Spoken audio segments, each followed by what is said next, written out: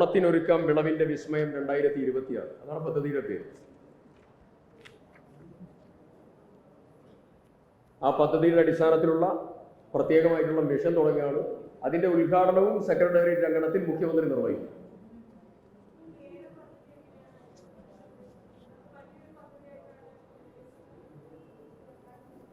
കേര പദ്ധതി നന്നായി മുന്നോട്ട് കൊണ്ടുപോകാനുള്ള നടപടികൾ എടുത്തുകൊണ്ടിരിക്കുകയാണ്.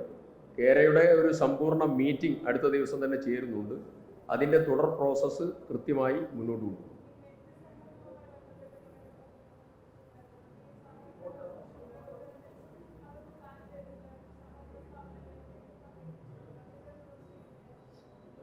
നെല്ല് സംഭരണവുമായി ബന്ധപ്പെട്ടുകൊണ്ട് പാലക്കാട് ജില്ലയിലാണ് പാക്സിൻ്റെ ക്രമീകരണം കഴിഞ്ഞ സർക്കാർ ചെയ്തത്. പക്ഷേ അത് പൂർണ്ണമായും നല്ല രീതിയിൽ മുന്നോട്ട് പോയിട്ടില്ല.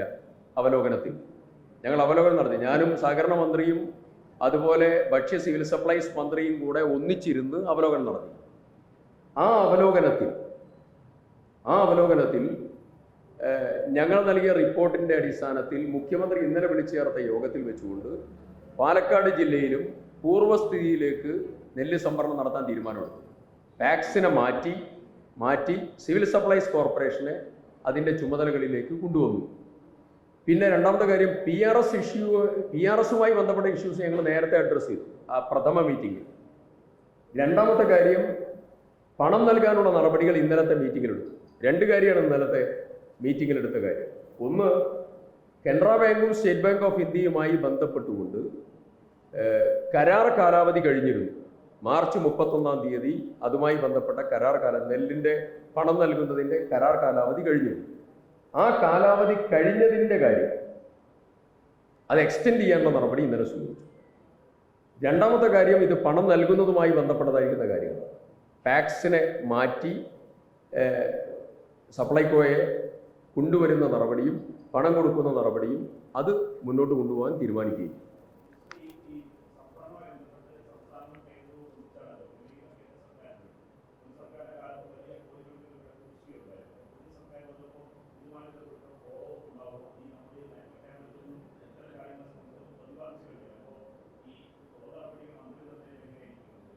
എല്ലാ നടപടികളും ഉണ്ടാവും. കേന്ദ്രത്തിൽ നിന്ന് നമുക്ക് ലഭ്യമാകാനുള്ളതായിരിക്കുന്ന തുക സംബന്ധിച്ച സമീപനം ഉണ്ടാവും. ഇതിൻ്റെ ഫോളോ അപ്പ് ഉണ്ടാവും. ഇപ്പോൾ 1800 കോടി രൂപയാണ് നമ്മൾ സിവിൽ സപ്ലൈസ് കോർപ്പറേഷന് നെല്ല് സംഭരണവുമായി ബന്ധപ്പെട്ടുകൊണ്ട് നൽകാനുള്ളത്. 780 കോടി രൂപയാണ് കേരള ബാങ്കിന് ഗവൺമെൻറ് നൽകാനുള്ളത്, ഇതുമായി ബന്ധപ്പെട്ടുകൊണ്ട് നൽകാനുള്ളത്. അപ്പോൾ ഇത്രയും വലിയതായിരിക്കുന്ന ബാധ്യത ഇതുമായി ബന്ധപ്പെട്ടുകൊണ്ട് മാത്രമാണ്. ഇതൊക്കെ പരിഹരിച്ച് മുന്നോട്ട് പോകാൻ ആവശ്യമായിട്ടുള്ള നടപടികൾ.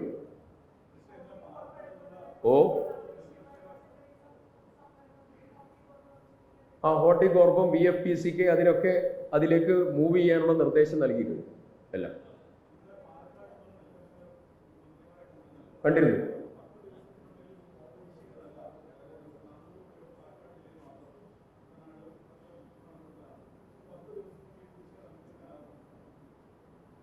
പരമാവധി വേഗതയിലാക്കും.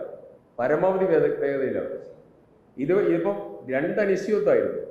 ഒന്ന്, പാലക്കാട് ജില്ലയിലെ പാക്സുമായി ബന്ധപ്പെട്ടുകൊണ്ട് എനിക്ക് തോന്നുന്നു 34 ബാങ്കുകളോ ധനകാര്യ സ്ഥാപനങ്ങളോ മറ്റാണ് അതിൽ ആക്റ്റീവായിട്ട് റോൾ ചെയ്തത്. 51 കോടി രൂപ അവരതുമായി ബന്ധപ്പെട്ടുകൊണ്ട് സ്പെൻഡ് ചെയ്തിട്ടുണ്ടെന്നാണ് എൻ്റെ ഓർമ്മ. അത് ബാക്കിയുള്ള പണം ലഭ്യമാക്കാൻ സഹകരണ സ്ഥാപനങ്ങൾക്ക് കഴിയാതെ വന്നതായിരിക്കുന്ന പ്രശ്നം.